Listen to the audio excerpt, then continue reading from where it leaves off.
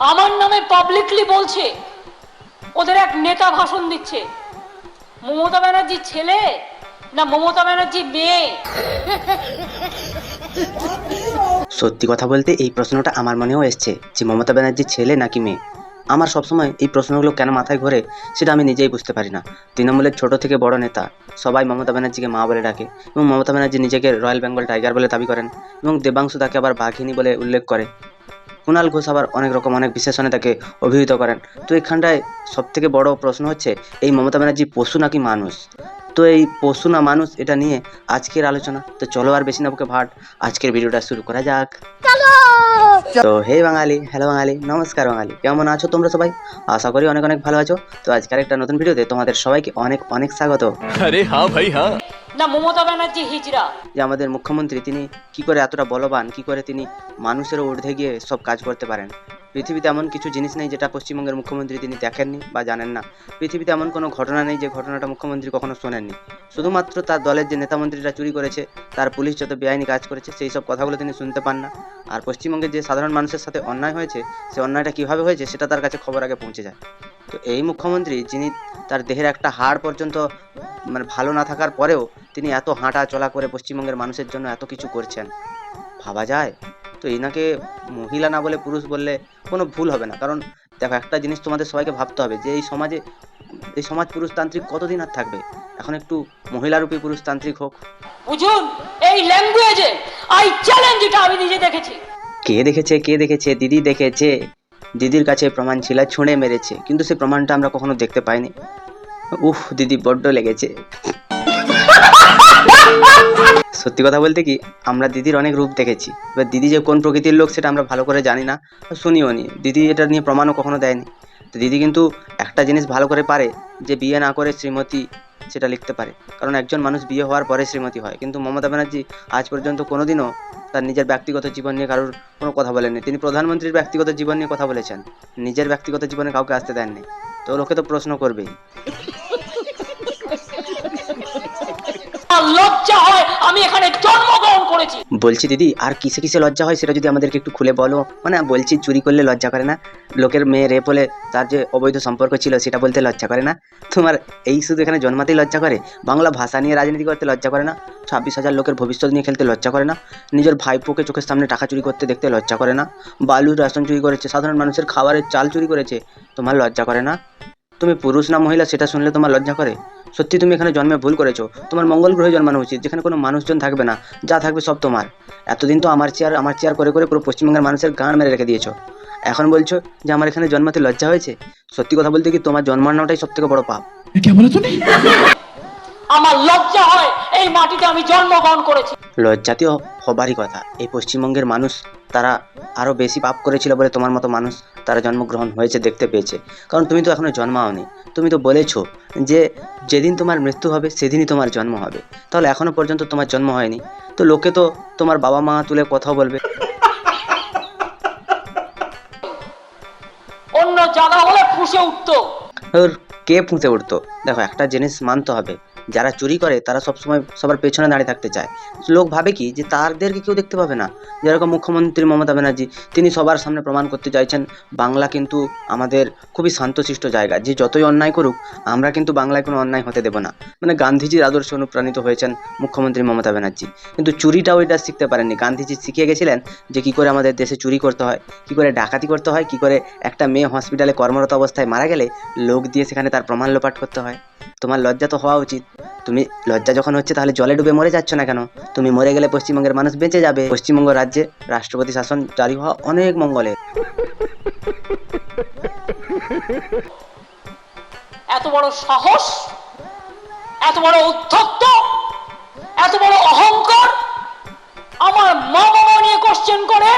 পুরো পশ্চিমবঙ্গে যদি সার্ভে করা হয় তাহলে সবচেয়ে বেশি ঔদ্ধত্য আর অহংকার পশ্চিমবঙ্গের মুখ্যমন্ত্রীরই আছে। আর মা বাবা নিয়ে তো প্রশ্ন আসবেই, কারণ যার জন্ম তারিখ ঠিক থাকে না, যার জন্মের কোনো ডেট ঠিক ঠিকানা নেই, যেই মানুষটা তার বাবার নাম ঠিকঠাক করে বলতে পারে না, তার বাবা কি কাজ করতে বলতে পারে না, একবার বলে আমার বাড়ি হচ্ছে বোলপুরে, একবার বলে কালীঘাটে। তো তো এই মানুষের জন্ম নিয়ে তো মানুষ প্রশ্ন তুলবে, তার বাবা মার সম্পর্ক নিয়েও প্রশ্ন তুলবে। পশ্চিমবঙ্গের মুখ্যমন্ত্রী তিনি নিজেই তো সবার মধ্যে একটা বিড়ম্বনার সৃষ্টি করে দিয়েছেন যে কিভাবে পশ্চিমবঙ্গে তার জন্মটা হয়েছিল। বোলপুর থেকে কালীঘাট কতটা পরিমাণে দূরত্ব, সেখান থেকে মুখ্যমন্ত্রী ছোটবেলায় ওখানে থাকতো, বড় হতে এখানে এলো, কে কিভাবে কেমন করে, সব তো মানুষের মনে প্রশ্ন আসবেই বলো। की माँ का भोला चेहरा। আমি আবার বলছি, আমি দুর্বল নই। কে বলেছে তুমি দুর্বল? তুমি একজন পুরুষ জাতির জনক, তুমি দুর্বল হতে পারো না, আমি বিশ্বাস করি না তুমি দুর্বল। সত্যি তুমি কি আগে সেটা বলো। রয়্যাল বেঙ্গল টাইগারের সাথে নিজেকে তুলনা করছো, তুমি তো নিজেই তোমার আমাদের মনে প্রশ্ন জাগিয়ে দিচ্ছ যে তুমি কে, তুমি মানুষ না তুমি জানোয়ার? আমি শক্তিশালী লোক, যতদিন বাঁচবো মাথা উঁচু করে চলবো, আর যতক্ষণ বাঁচবো রয়্যাল বেঙ্গল টাইগারের মতো বাঁচবো। রয়্যাল বেঙ্গল টাইগারের মতো বাঁচতে গিয়ে দিদিমণি তার নিজের মধ্যে নিজেই বাঁচ দিয়ে দিচ্ছে। তার কারণ হচ্ছে সে বলছে আমি একজন শক্তপোক্ত লোক। তার মানে কি, সে নিজের জেন্ডারটা নিজেই চেঞ্জ করে দিয়েছে। তো পশ্চিমবঙ্গের বাদবাকি বিরোধী দলের লোকেরা তো জানতেই চাইবে না যে মুখ্যমন্ত্রী আসলে কি, মানুষ, পুরুষ, মহিলা না হিজড়া? মানুষ তো ইনি নন, কারণ মনুষ্যত্ব এতটুকু এনার মধ্যে নেই। যদি থাকতো তাহলে রেপ হয়ে যাওয়া যে মেয়েরা তাদেরকে টাকা দিয়ে তাদের বাপ মাকে কিনতে চাইতেন না। তো মনুষ্যত্ব গেল তার এক সাইডে।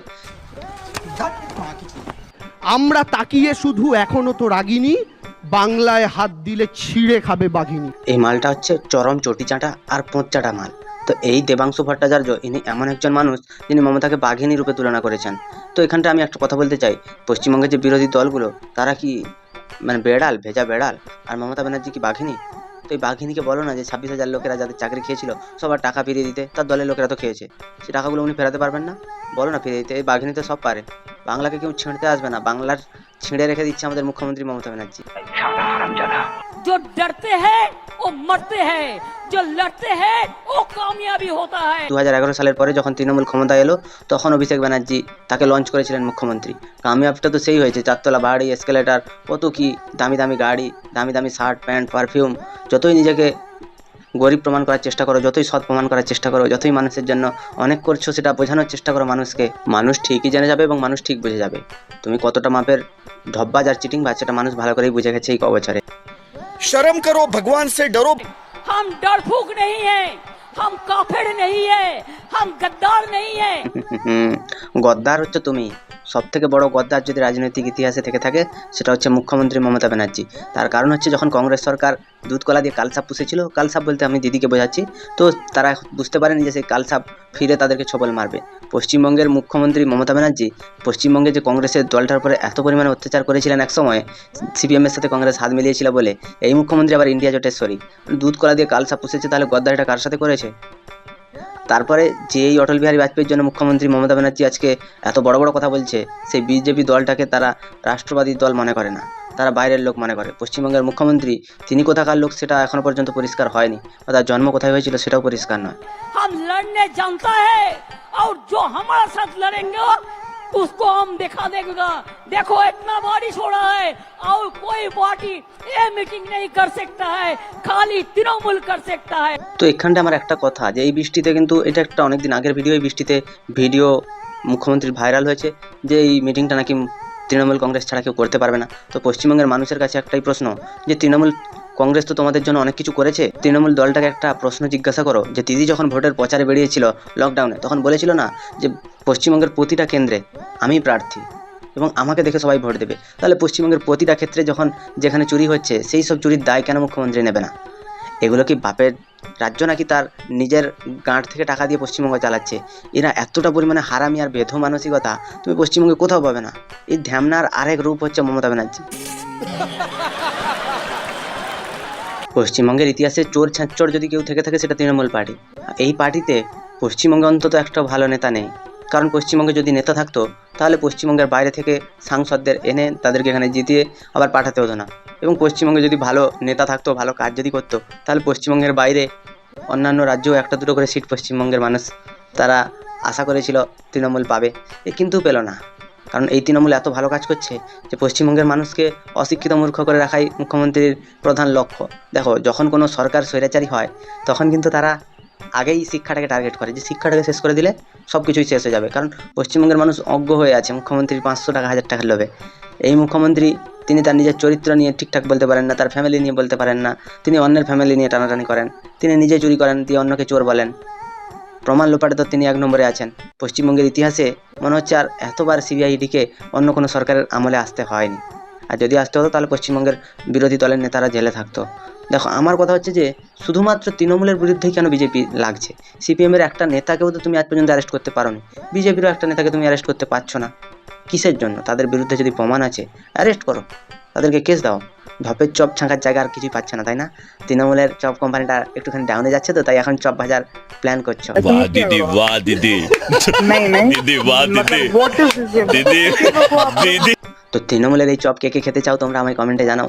যদি ভিডিওটা ভালো লাগে তাহলে লাইক করো, কমেন্ট করো, শেয়ার করো, সাবস্ক্রাইব করো, পাশে থাকা বেল আইকনটা প্রেস করতে একদম ভুলবে না। সবাই ভালো থেকো, সুস্থ থেকো, সাবধানে থেকো, আর দেখতে থাকো বাংলা আর কোন এবার।